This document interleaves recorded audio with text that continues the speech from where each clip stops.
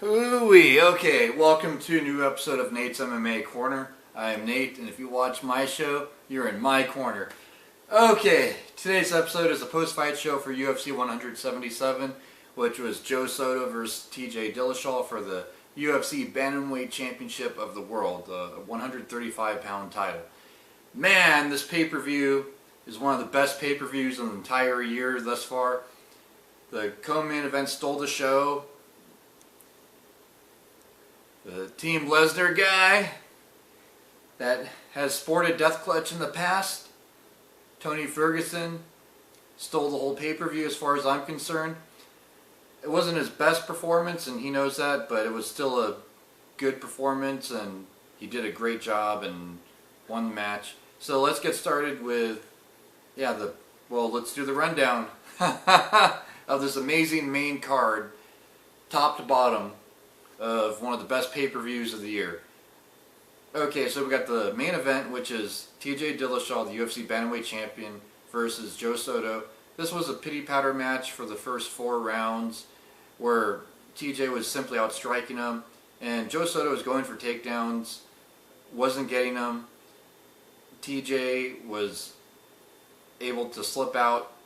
Joe Soto was going for single-leg takedowns throughout the match, and Joe was doing a good job, the best he could, but it just wasn't enough to beat TJ Dillashaw. Joe Soto is a great fighter, former Bellator champion, and yeah, TJ Dillashaw, he was able to create angles and outstrike him each and every round, and then it was that killer, it was a KO. TJ wins in the 5th and final round by KO.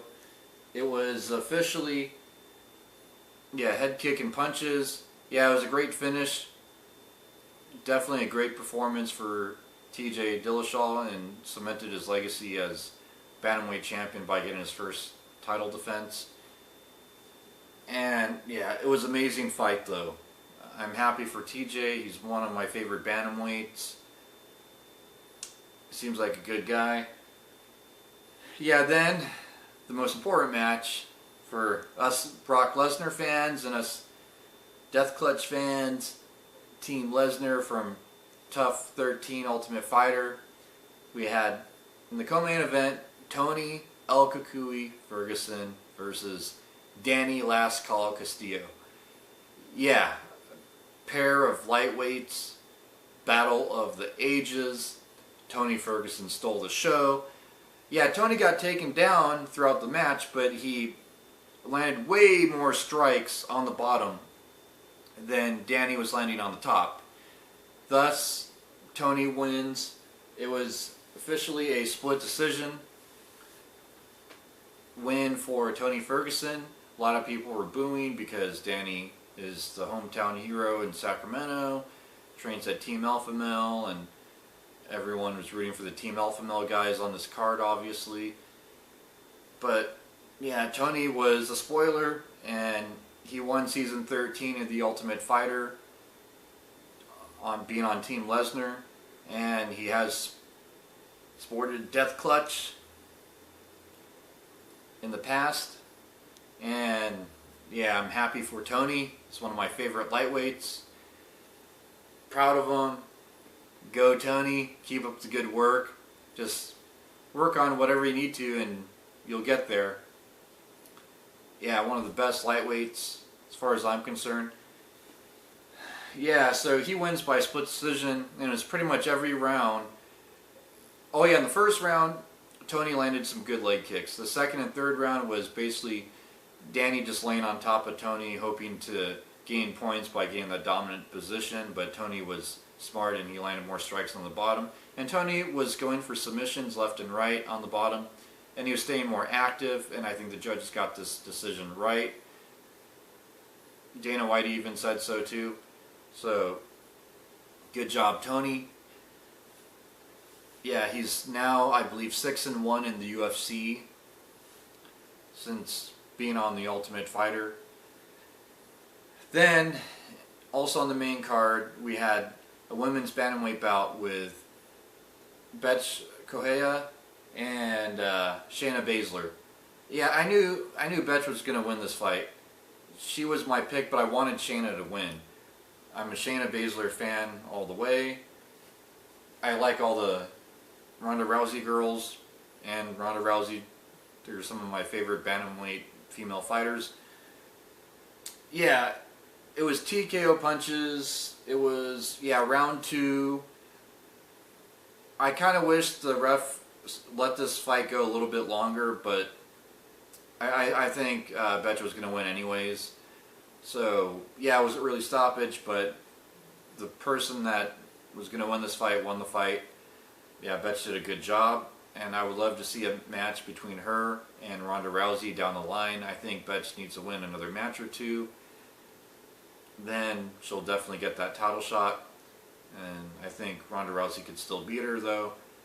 But it'll be a great matchup, great storyline, because Betch's been calling out all the proteges of Ronda Rousey, the horsewomen, as they say. Yeah, so good job, Betch.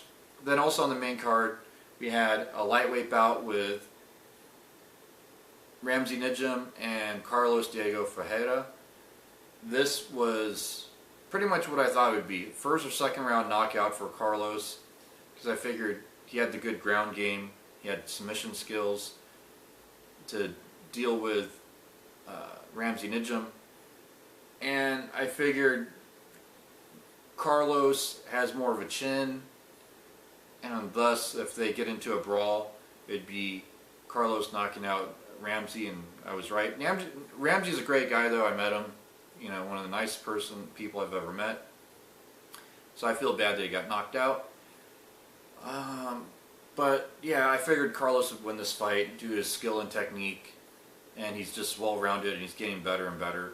He submitted Colton Smith in his last fight, first round, and this one, they got into a brawl. They were landing punches left and right, both of them.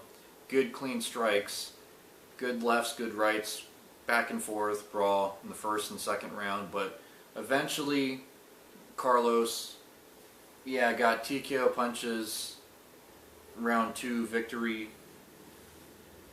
Good job, Carlos. He's, I believe, still undefeated, and he has some good overall skills, so we'll be seeing a lot more of him in the UFC. It'll be exciting. Then to kick off the main card, we had another lightweight bout, which was Yancy Medeiros versus Damon Jackson. Yeah, this was just one of those, wow, it was a good back and forth brawl in the first round. The second round, it was reverse bulldog choke. I don't know if I've ever seen this submission in the UFC or any other pro MMA organization. It's one of those rare submissions they exist, but you just don't see it very often. Yeah, it was reverse bulldog choke. And yeah, Yancy Medeiros submitted him in, it was round 2. Damon Jackson, and I figured Yancy Medeiros would win this fight. I was thinking by unanimous decision, but yeah, wow. Yancy Medeiros, he's well-rounded. He's a top prospect in the lightweight division. Damon Jackson, he was underdog, not because he's a bad fighter, but just because Yancy's just that talented. And yeah, for pretty much this whole card, the favorites won. But it was overall a good card. And wow. Yeah, you had submissions, you had knockouts, you had close, hard-fought decision with Tony Ferguson and Danny Castillo. So overall, great main card, and the prelims weren't bad. If you haven't seen the prelims, check them out. And that wraps up my post-fight show for UFC 177, Dillashaw versus Soto. And stay tuned for my next episode, which will be about Jacare Souza versus Gegard Mousasi, UFC Fight Night. So until then, see ya.